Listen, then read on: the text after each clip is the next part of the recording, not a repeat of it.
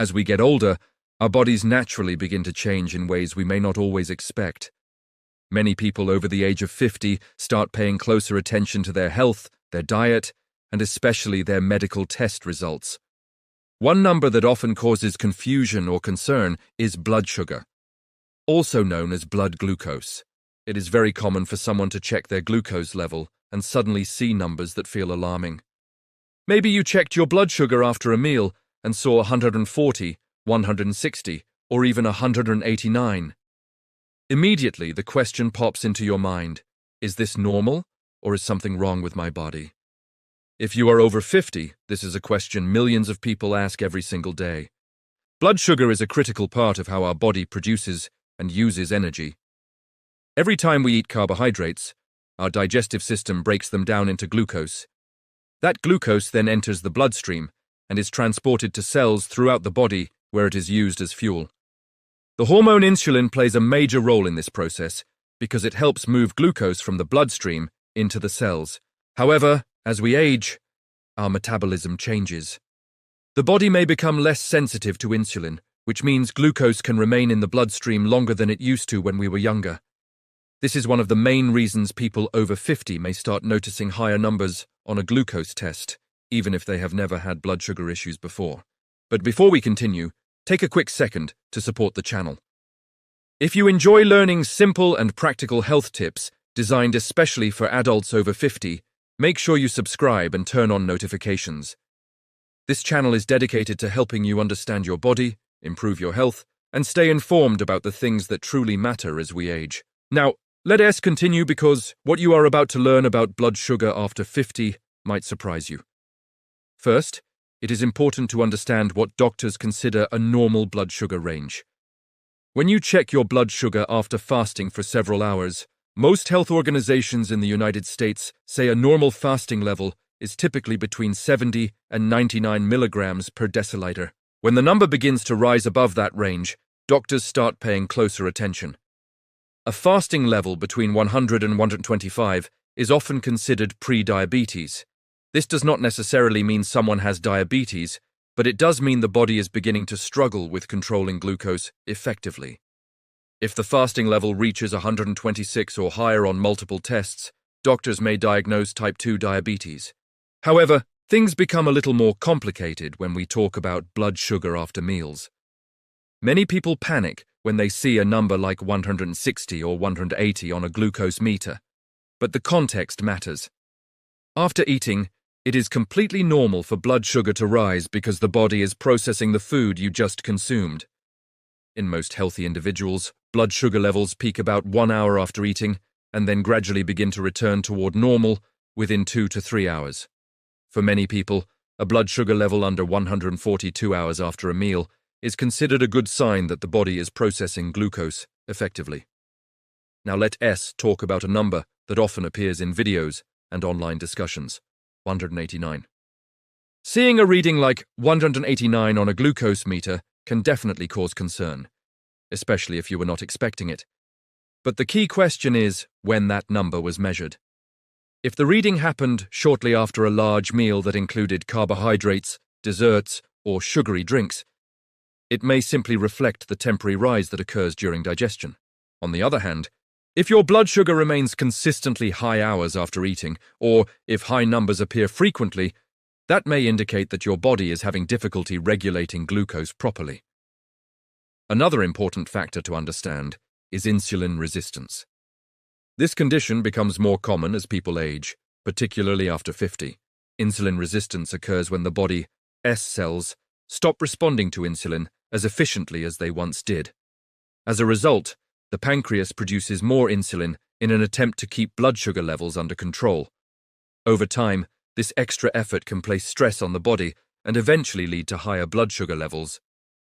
Many people with insulin resistance feel completely normal for years without realizing that their blood sugar control is gradually changing. Lifestyle habits play a major role in how blood sugar behaves.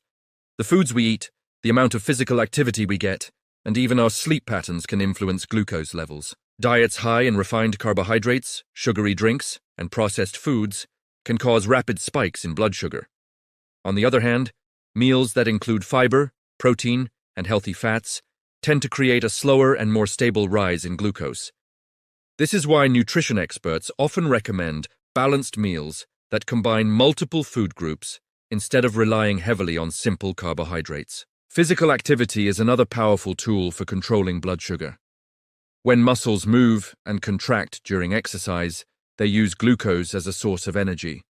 This means that even moderate activities like walking can help lower blood sugar levels. Many doctors recommend at least 30 minutes of physical activity most days of the week, especially for adults over 50. The good news is that the exercise does not need to be intense to make a difference. Simple habits like walking after meals, gardening, or taking the stairs can contribute to better glucose control. Sleep is often overlooked, but it also plays a critical role in blood sugar regulation. Poor sleep can interfere with hormones that control appetite, metabolism, and insulin sensitivity. People who regularly sleep fewer than 6 hours per night may experience higher blood sugar levels and increased cravings for sugary foods. Developing a consistent sleep routine can make a surprisingly large impact on overall metabolic health. Stress is another hidden factor that can affect blood sugar. When the body experiences stress, it releases hormones like cortisol and adrenaline. These hormones prepare the body for action, but they also raise blood sugar levels temporarily. Chronic stress can therefore lead to repeated glucose spikes, which may contribute to long-term metabolic problems. Learning techniques such as deep breathing, meditation, or simply taking time to relax during the day can help reduce these effects. One of the most important things to remember is that a single blood sugar reading does not tell the whole story. Health professionals usually look at patterns over time rather than focusing on one number. Tests like the A1C measure the average blood sugar level over the previous 2 to 3 months, providing a broader picture of how well the body is managing glucose. This is why regular checkups and routine blood tests are so valuable, especially after the age of 50. If you have recently seen a higher blood sugar reading, the best step is not panic, but awareness. Start paying attention to how your body responds to different foods, meals, and activities.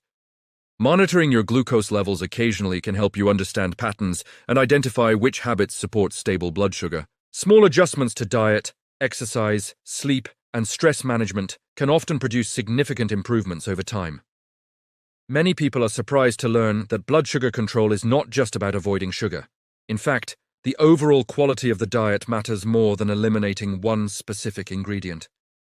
Whole foods such as vegetables, lean proteins, whole grains, nuts, and healthy fats tend to support balanced glucose levels.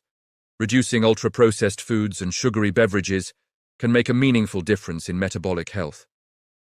Another helpful strategy is portion awareness. Large meals containing high amounts of carbohydrates can overwhelm the body's ability to process glucose quickly. Eating moderate portions and spacing meals throughout the day can help prevent dramatic spikes in blood sugar. Some people also find that combining carbohydrates with protein or healthy fats helps slow the digestion process and keep glucose levels more stable. Hydration also plays a role that many people overlook. Drinking enough water helps the body regulate blood sugar by supporting kidney function and circulation. Dehydration, on the other hand, can concentrate glucose in the bloodstream and make levels appear higher. Simply maintaining proper hydration throughout the day can support better metabolic balance. It is also important to recognize that everyone's body is different. Age, genetics, weight, physical activity, medications, and overall health all influence how the body processes glucose. Two people can eat the exact same meal and experience completely different blood sugar responses. That is why personalized medical advice from a healthcare professional is always the best approach when dealing with persistent high readings. Finally, remember that knowledge is one of the most powerful tools for protecting your health. Understanding how blood sugar works allows you to make informed choices that support long-term well-being. For adults over 50, small lifestyle changes can often have a large impact on energy levels, cardiovascular health, and overall quality of life. And before you go, if you found this information helpful and want to keep learning simple ways to stay healthy after 50, make sure to subscribe to the channel and turn on notifications.